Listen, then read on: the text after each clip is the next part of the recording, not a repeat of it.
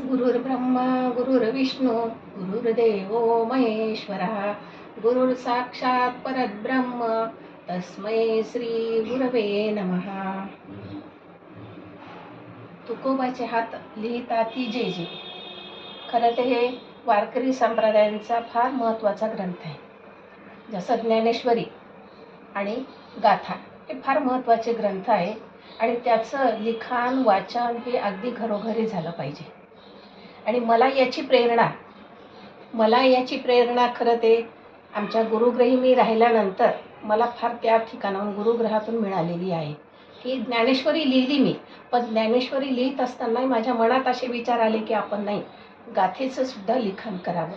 आणि त्यावेळेलाच मी असा निश्चय केला की आपण गाथा लिहावी. गाथा लिहायला घेतली मी. आषाढी एकादशीला मी सुरुवात केली. आषाढी एकादशी सुरुवात केली, पण मध्यंतरी काही थोड्याफार अडचणी आल्यामुळं मी थोडीशी आजारी पडल्यामुळं त्याला थोडासा 2 महिने विलंब झाला.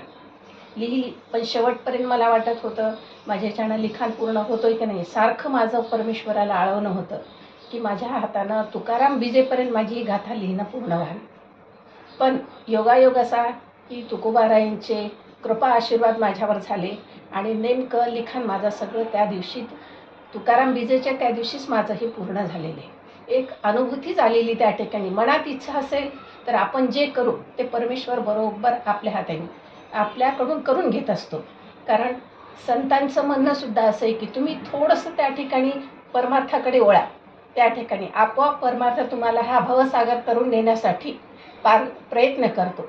तसंच मला या ठिकाणी अनुभूती आलेली. मी लिहायला सुरुवात केली, पण तरी मनात धाकधूक होती की आपलं होतंय का नाही. पण ज्या दिवशी ही माझी गाथा पूर्ण झाली आणि नेमकं त्या दिवशी तुकाराम बीजच होती, त्यामुळं माझा परमोच्च आनंद झालेला आहे त्या ठिकाणी. आणि हे सगळं घडतंय. आता आपण लिहिली याला हे मुख्य हे नसतं, त्यांनी तुकोबारायांनीच माझ्या हातून लिहून घेतलेली. हे माझं परम भाग्य त्या ठिकाणी. एवढेच मी 2 शब्द सांगू शकते.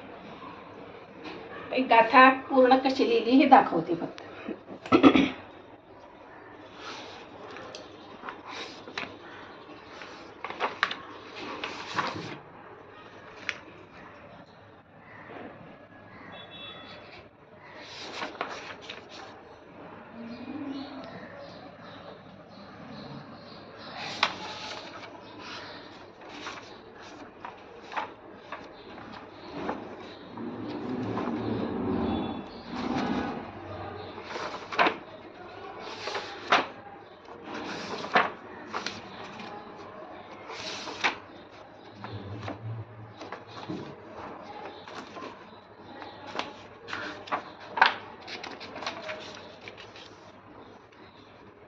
पुंडलिक वरदाहरी विठ्ठल श्री ज्ञानदेव तुकाराम. जय जय रामकृष्ण हरी. जय जय रामकृष्ण हरी.